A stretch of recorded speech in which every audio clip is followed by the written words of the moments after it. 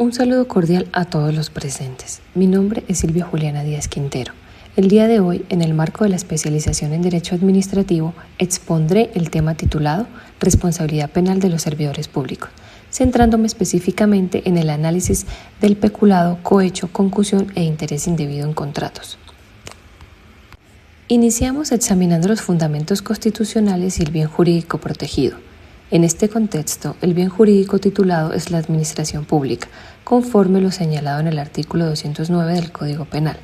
Este marco normativo se orienta bajo los principios de transparencia, eficacia y moralidad, teniendo como una de sus fuentes principales la Ley 599 de 2000, nuestro Código Penal colombiano. Pasemos ahora a estudiar el delito de peculado, tipificado en los artículos 397 a 400 del Código Penal. Esta conducta cuenta con diversas modalidades legales, las cuales contemplan el peculado por apropiación, uso, desviación o por aplicación oficial diferente. El sujeto activo exigido por la norma es un servidor público y las consecuencias jurídicas determinan penas de prisión, multa e interdicción de derechos. Un ejemplo práctico de esta infracción penal ocurre cuando un alcalde gira recursos públicos destinados al sector salud con el fin de financiar su propia campaña política. A continuación, analizaremos el tipo penal de concusión, consagrado en el artículo 404 del Código Penal. Este delito consiste en constreñir o exigir dinero o servicios abusando del cargo adjudicado.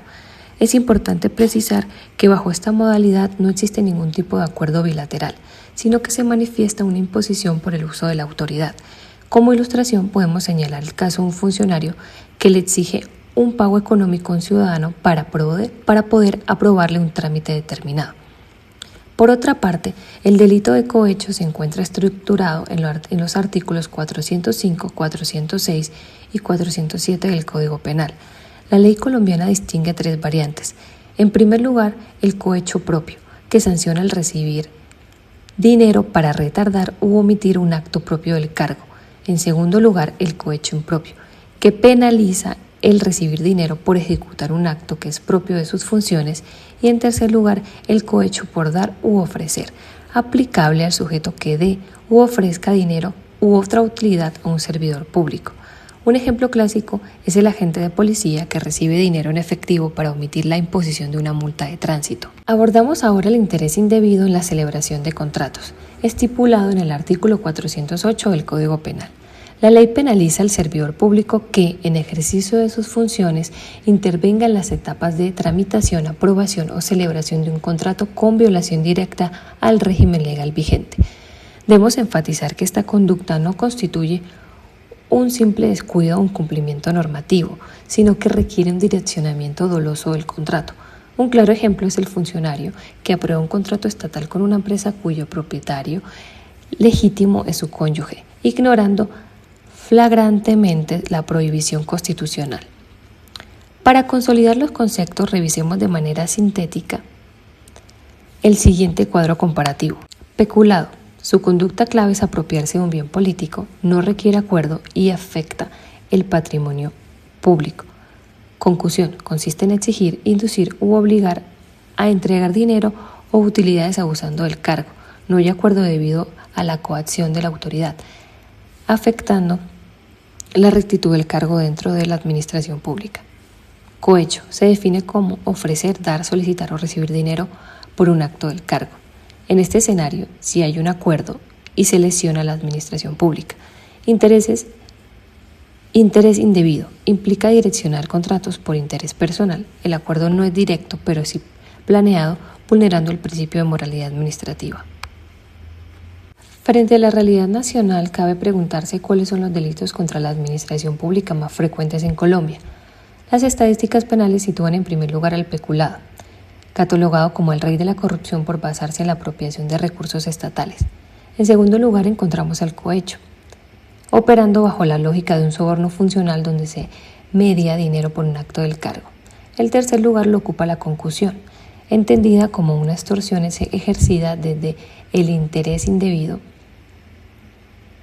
en la celebración de contratos, que se concreta a través del discrecionamiento de la contratación por interés personal. Es fundamental profundizar en la delimitación entre concusión y cohecho. La concusión representa una extorsión desde el Estado, donde el servidor público impone coactivamente su autoridad.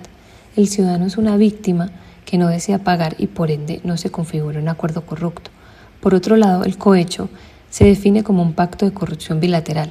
En este caso, el ciudadano acepta de forma voluntaria realizar el soborno, convirtiéndose en cómplice, lo cual rectifica que sí existe un acuerdo corrupto entre las partes.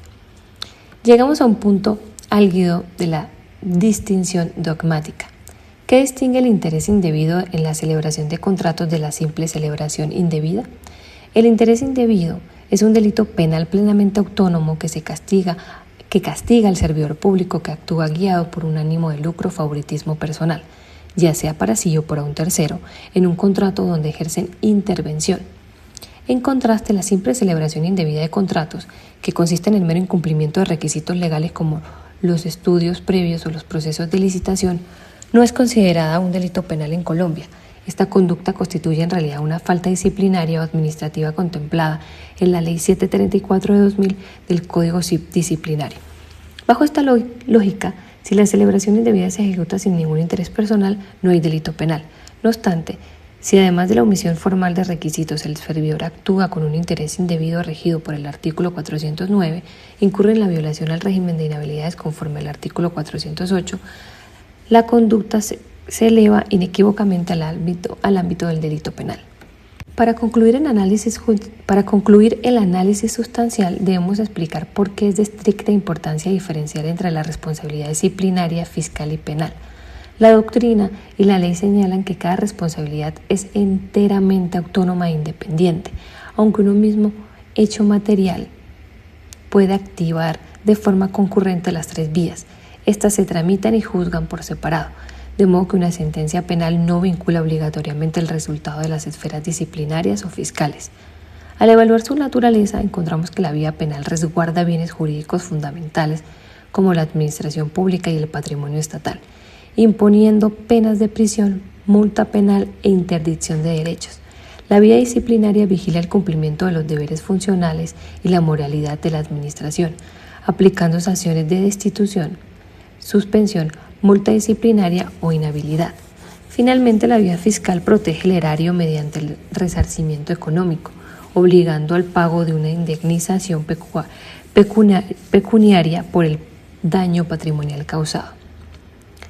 Como sustento jurisprudencial y apoyo práctico a los fundamentos expuestos, traemos a colación el pronunciamiento de la Sala de Casación Penal de la Corte Suprema de Justicia en la sentencia SP 448 de 2023 bajo el radicado número 55241. El delito fue concusión, artículo 404. El condenado fue André Fernando Buendía García, secretario del Centro de Servicios Judiciales de Valledupar. Como hechos, el abogado Rafael Palacio Castro acudió a radicar una solicitud de revocatoria de medida de aseguramiento. El secretario Buendía lo condujo ante un juez y en presencia de este le exigió el pago de 4 barras, es decir, 4 millones de pesos, para agilizar el trámite. El abogado no pagó y denunció. La Corte confirmó la condena y precisó algo fundamental. La concusión se consuma con la sola exigencia del funcionario, así el ciudadano no pague. El delito protege al administrado frente al abuso del poder estatal. La clave del fallo fue que no hubo un pacto corrupto como en el cohecho, sino una imposición abusiva del cargo. Para concluir, conocer estos tipos penales no es un ejercicio teórico, es el primer paso para construir una gestión pública transparente, ética y ajustada a la ley. Servidores públicos íntegros y ciudadanos informados son las dos caras de la misma moneda, la defensa de la administración pública y la recuperación de la confianza ciudadana. Muchas gracias por su atención.